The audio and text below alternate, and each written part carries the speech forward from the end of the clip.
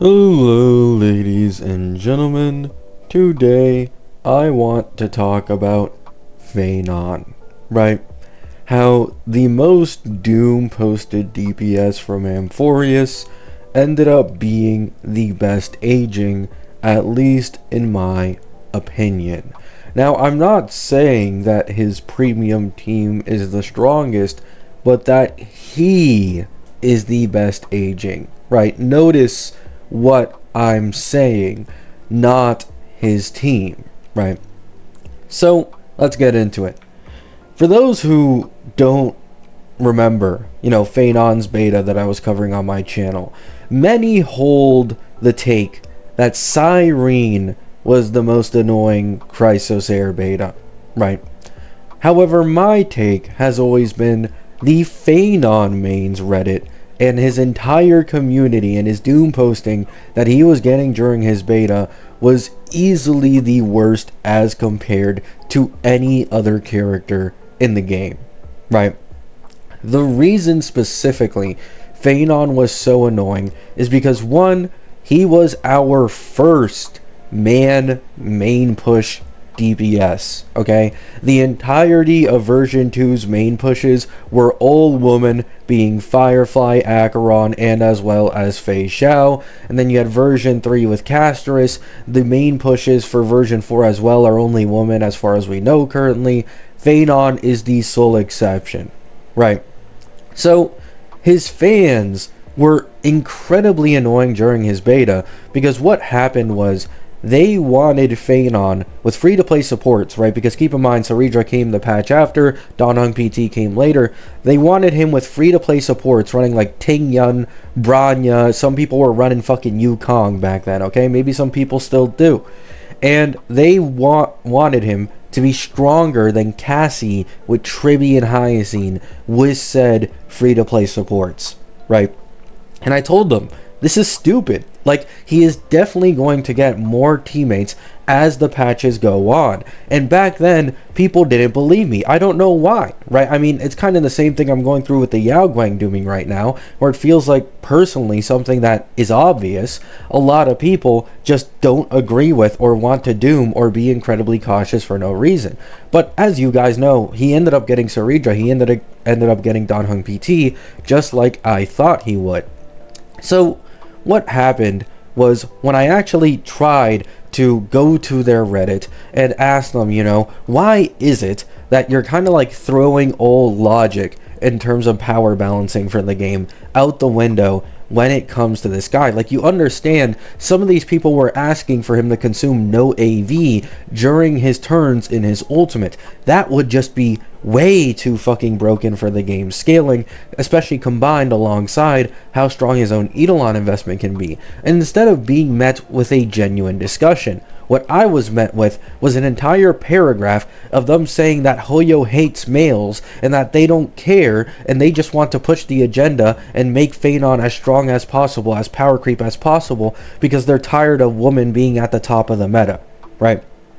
I wish I was exaggerating, but one of my most popular videos on my entire fucking channel is covering this thing with the person's comment on the thumbnail, right? It was so fucking pathetic that people were using this as their reasoning for wanting Feyen to consume no AV and completely power creep the game by a mile without having even any best in slot teammates at the time, right?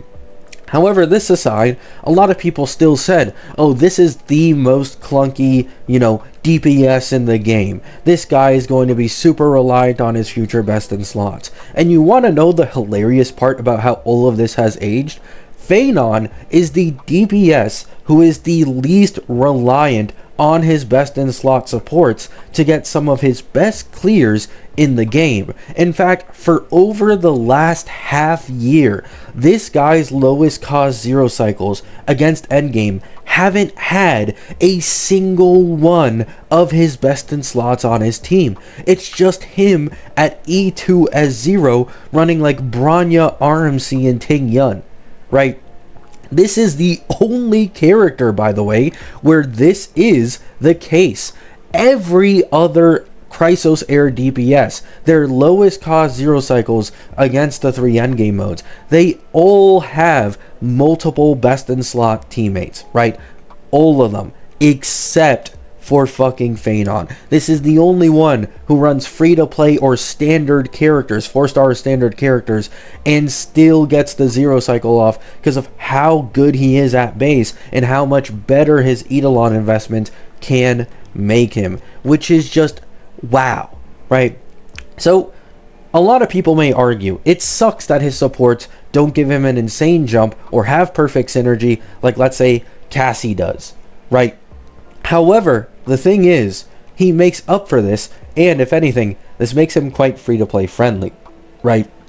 On top of this, he is the easiest Chrysos Air DPS to buff in the entirety of the game, and we're seeing this currently with buff Sparkle, which I brought up in my previous video about why Saridra value is still so low in my opinion. It is so goddamn easy to buff this guy by just giving him more and more buffs that he can get indirectly buffed by newer and future generalist supports down the line, whilst with, let's say, something like Mono Remembrance, the synergy is so tight-knit that it's basically impossible that anybody gets power crept from this team from supporting them, right?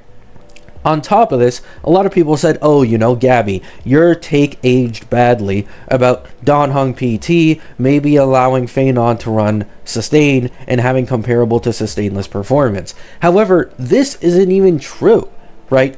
The thing is that when it came to Dan Heng PT, we originally didn't even know he'd end up being free. And in fact, Dan Heng PT is still claimable free on new accounts because I've tested this recently myself with my new speedrunning account that I want to play on, right?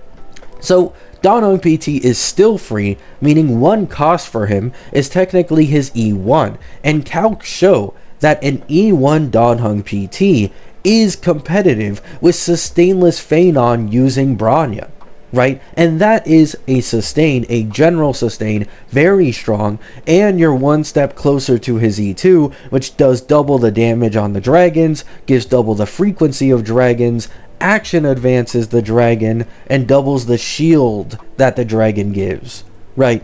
Like, Dan Heng PT actually did do what most people wanted him to do, and he ended up being free at base, meaning if you really care that much about sustainless performance and sustain, you just quickly grab his E1 and it's one and done, right? Now, of course, you should always get Feyen's Eidolons before you actually go into Dan Heng's E1, right? However, you kind of get the point, right? So, with all that being said, in my opinion, you guys can feel free to disagree. You guys can give your take on who you think is the best aging Chrysos Air DPS in the comments. I do think it is 100% Feyen, even if he doesn't have the ungodly level of vertical investment that Cassie has team-wide, because for Feyen, it's really only he himself who has that level of godly vertical investment. He is still good enough, more than good enough for the average player at average costs, and in my opinion, that is more than well enough. You guys can feel free to disagree once again. However, there isn't another Chrysos Air DPS who can function as well without their best in slot supports like Feyen can. And then the only endgame, the one that gives literally no Jades, Anomaly Arbitration. This is the only one where it's like, yes, you either want to run sustainless and completely brute force before you die quickly, or you run Dan Heng PT, and, you know, it also might be nice to have Saridra or Cyrene for some of his best clears against Anomaly Arbitration, right? I'm not saying that isn't the case. Yes, once you start getting into very highly HP inflated bosses, it's gonna take a lot more for him to get 0 cycles, and he's gonna need that extra investment into his best in slot supports after his E2 option. However, my point is, for the normal 3 endgames like Pure Fiction, APOC, and as well as MOC, he really does not need his best in slot teammates. I will say, Saridra, she does have more value in APOC specifically. If he's able to get a double meteor off when the enemy gets broken, right? However, that's really it. It still doesn't really change all that much. Yes, Saridra's best in slot. I don't know why people are getting mad at me and saying, oh, but Saridra's best in slot and she's in his lowest cost clears for anomaly arbitration. I never said she wasn't best in slot. Like, I literally said she was. It's just that she's not best in slot by enough to really have a secured position that guarantees her staying there in the future. Love you all. Hope you have a great day. Hope you have a great night. Peace out.